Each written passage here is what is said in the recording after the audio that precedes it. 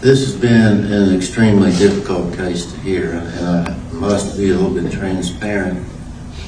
I got close to the victim here because I've never seen so much exposure of a victim in a murder case. It's due to the video cams in the vehicle where they spent most of the day where she was killed. I've sat and watched it during the trial, sir. Right away, notice how unusual this is. Judges are typically measured and restrained during sentencing, but here the judge openly admits that the evidence created a personal emotional impact. That's significant because it signals just how much video evidence the court reviewed and how deeply the victim's story came through in the courtroom. Have you ever seen a judge begin a sentencing statement this candidly? I sat and watched you during the videos. I saw you laugh. I saw you smile. I haven't seen one bit of emotion from you. It's almost like you don't give a rip. I don't know if you have any conscience. I don't know if you have any feelings. And that bothers me. But it's obvious from the dash cams that this little girl loved you a lot. You know, she said she didn't want to be anywhere if she's not with you. And she said she wanted to know you to the fullest. And then how in the world, because you replied, baby, just come with me, please, I love you. You get together for a whole day. This is the moment where the judge shifts from discussing behavior to confronting the crime itself. He's drawing a stark contrast between the victim's trust and the defendant's actions. In sentencing hearings, judges often focus on accountability, but here the language reflects something deeper: disbelief that someone who claimed to care for another person could commit such an act. That contrast becomes one of the central themes of the entire statement. And you watched her. Oh, she was in love with you. She was willing to leave her family. It's an incredible family. I heard today. Incredible family, incredible life, just to be with you. And you professed that you loved her. And then you took her out in the woods. And while she was vulnerable and as innocent as the driven snow, you put a bullet in the side of her face. You killed her. Then you left her there to die. Then you left her there for the elements in the heat of the summertime. Ms. McLean testified about what was left, or she stated what was left of the body. Sir, this doesn't make any sense. I saw you after the murder. You're driving that car at night. You stop and go to Taco Bell. You get something to drink. You're not fazed at all. And then within a couple days, when the body's found, you're in the car with your girlfriend. From a legal perspective, post-crime behavior can have a powerful impact during sentencing. While the conviction is based on the evidence presented at trial, a defendant's actions afterward can influence how the court views remorse, accountability, and character. The judge keeps returning to these surveillance clips because, in his view, they tell a story that words alone cannot. What do you think? Should a person's behavior after a crime affect the severity of a sentence? And you got her name on the side of your car. I wonder if Miss Trinity ever saw that.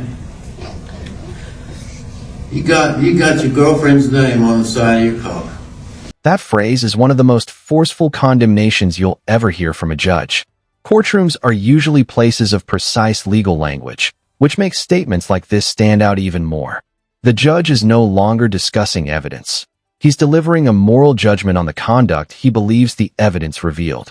It's a moment that underscores just how emotional this case became for everyone involved. And there she is sitting with you as you're going to get some chicken. And you find out that the body's been found. I'll never forget that image of you there, at the chicken place, and she is kind of reacting as a teenager would. But what do? Here's an important point that often gets overlooked in true crime cases. The court isn't just talking about a single victim. The judge is highlighting what criminologists sometimes call the ripple effect of violent crime. The way one act can permanently alter parents, siblings, future generations, and entire communities. The sentence is about punishment, but this section is about consequences that extend far beyond the courtroom. You're smiling. You're laughing. You're playing the game.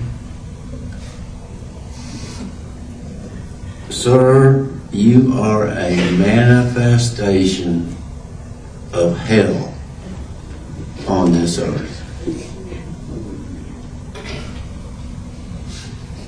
You spent a day with this little girl that loved you to death, willing to spend the rest of her life with you. It's obvious. And you let her alone. You put a bullet in her head. You leave her and you don't care. You're wicked. You don't have a conscience. You show no remorse. You show no care. No, nothing like you're sorry for what happened. It's just like the general said in his closing argument. You got out of the car with a loaded gun. You followed her into the woods. You aimed the gun at her and you pulled the trigger. She died. You left her there in the hot weather. And then we see you afterwards not giving a rip, leading your life like you never did anything wrong. That's a problem for humanity that we have to deal with you. Victims' families now had their day in court because they've been able to tell how they feel about this. You've had your day in court by going through the best judicial system in the world. As the sentencing reaches its conclusion, the judge returns to the theme that has defined his remarks from the beginning: the contrast between the victim's affection and the defendant's apparent lack of remorse. By this point, the legal process is essentially complete. The jury has spoken, the evidence has been weighed, and now the court is delivering its final judgment. After hearing everything in this case, do you believe this sentence reflects justice, or is there another perspective worth considering? And a jury of your peers. Do you have any idea the damage that you've done? Just kind of hit the surface here with the victim's family. We're talking about at least 3 generations that you almost destroyed in her family. We're talking about her generation, her brothers and her sisters. We're talking about her dad's generation, her mother's generation. And then anybody that comes after that's going to be affected by this. 3 generations. Same thing with yours.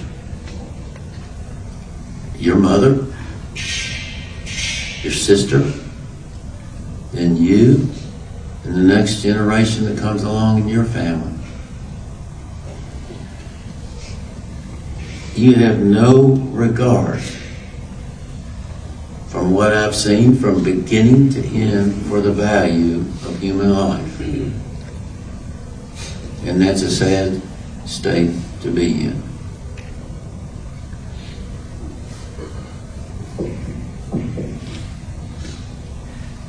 I don't know what else can be said that hadn't been said.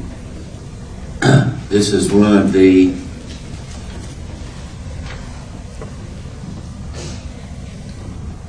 homicides that has affected me greatly because I was able to see so much of this young victim.